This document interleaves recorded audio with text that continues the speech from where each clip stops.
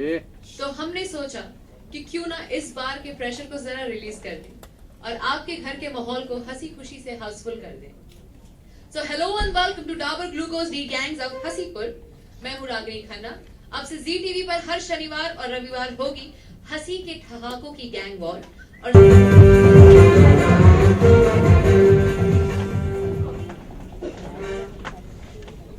मंदिर।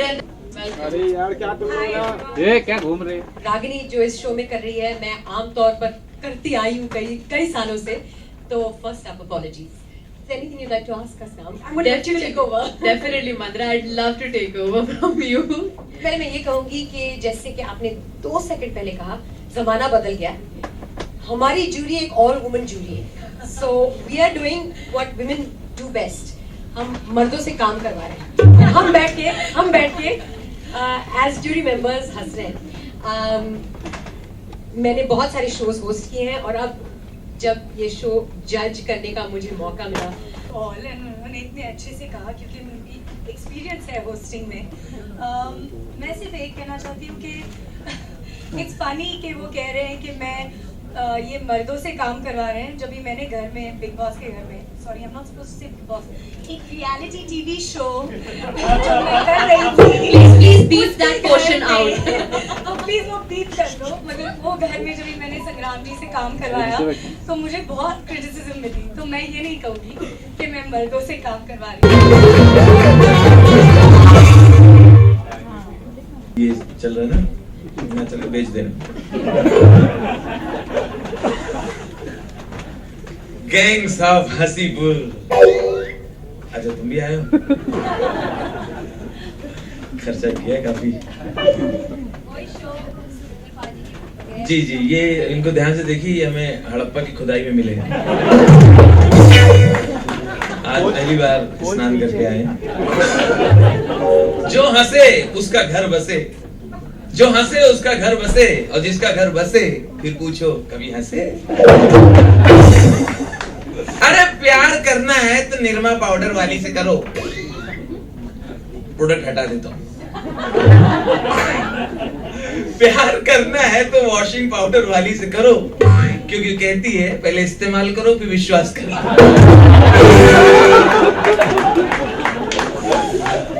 क्या बात है। तो इस बार जी ने एक जबरदस्त हंसी की दुकान सजाई है और हम सब पूरी तरह से तैयार हैं, उबल रहे हैं अंदर से हंसाने के लिए पूरे देश को, नई नई बातें लेके, नए नए प्रसंग। ऐसे तो आपने ऑलरेडी बहुत प्यार दिया हम सबको, लेकिन इस बार कुछ बातें होंगी नई।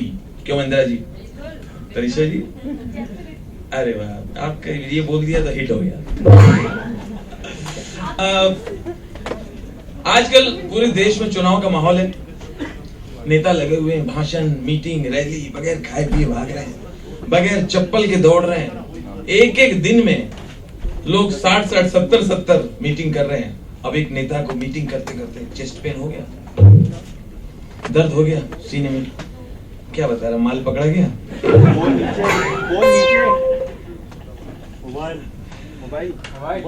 मोबाइल नीचे। हाँ जी, मोबाइल किसका है? ओके। तो एक नेता दिन में 44 मीटिंग कर रहा है, 60 मीटिंग कर रहा है, बगैर खाना खाए, बगैर कुछ पिए। चुनाव जीतना है, वोट चाहिए किसी भी तरह। अब चेस्ट पेन हो गया, हार्ट में दर्द हो गया, कार्यकर्ता लोग उठाया, धाड़ से गाड़ी में डाला, डॉक्टर के पास ले गया। डॉक्टर ने चेकअप किया, हाँ इनका ईसीजी कराना पड़ेगा, ईसीजी मस्ट है। उनको लेके गए, नर्स रूम में ले गई। नर्स ने कहा हाँ ठीक है, शर्ट उतारिए। वो सब बाद में, आज तो ईसीजी करो।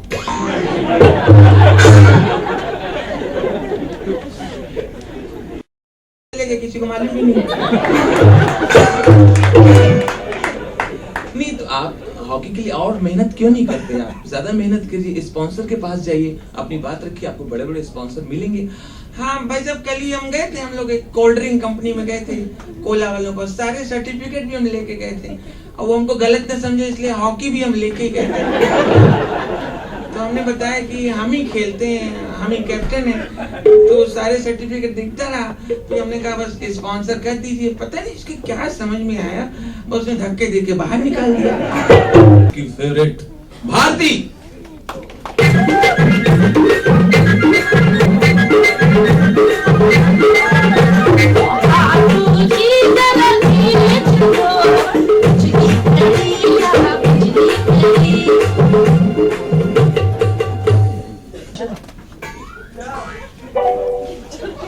इतनी सिंपल है, जो चार्ज करती है पूरा वसूल के देती है।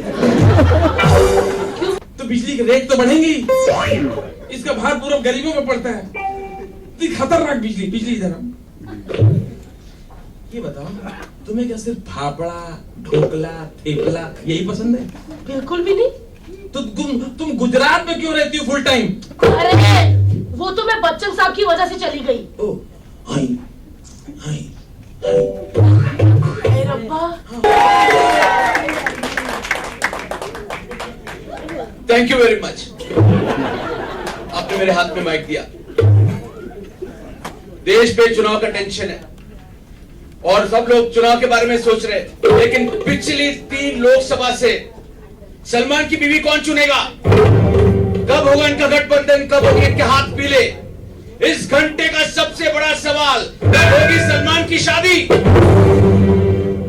और इसी बात पर बात करेंगे हम। सबसे पहले बुलाना चाहूंगा एक आदमी जिन्होंने 3 शादी करके 21 फेरों का एक्सपीरियंस रखने वाले mister Baba. Are you ready for this heated discussion? Ardham, if the discussion gets over, can I get some थोड़ा बंदोबस्त करता हूँ। मैं अपने सर पे रखता हूँ इस बात में बाद में। Also on this discussion, I would like to call upon an actor, perfectionist and a very handsome young man. Perfection की दुकान, Mr. Aamir Khan.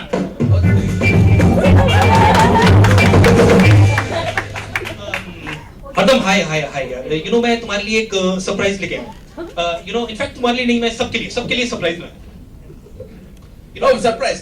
I'm sure सब लोग already surprised आपको देखकर। प्लीज बताइए सरप्राइज क्या है? यू नो सब जानते हैं कि मैं सिर्फ संडे को टीवी पे आता हूँ। आज संडे नहीं है, फिर भी I am on TV. Surprise joke था यार, बजाओ। हाँ, इंतजार, वो घड़ी आ गई। लो वो दिन आ ही गया। आज मेरे शादी का डिस्कशन हो रहा है। बाबा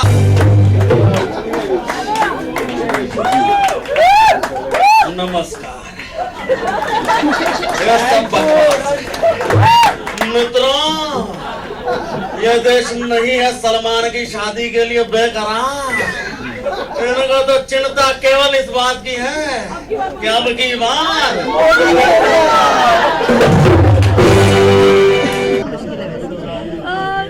एक्चुअली मैं काफ़ी इजी हूँ, इतना मुश्किल नहीं है।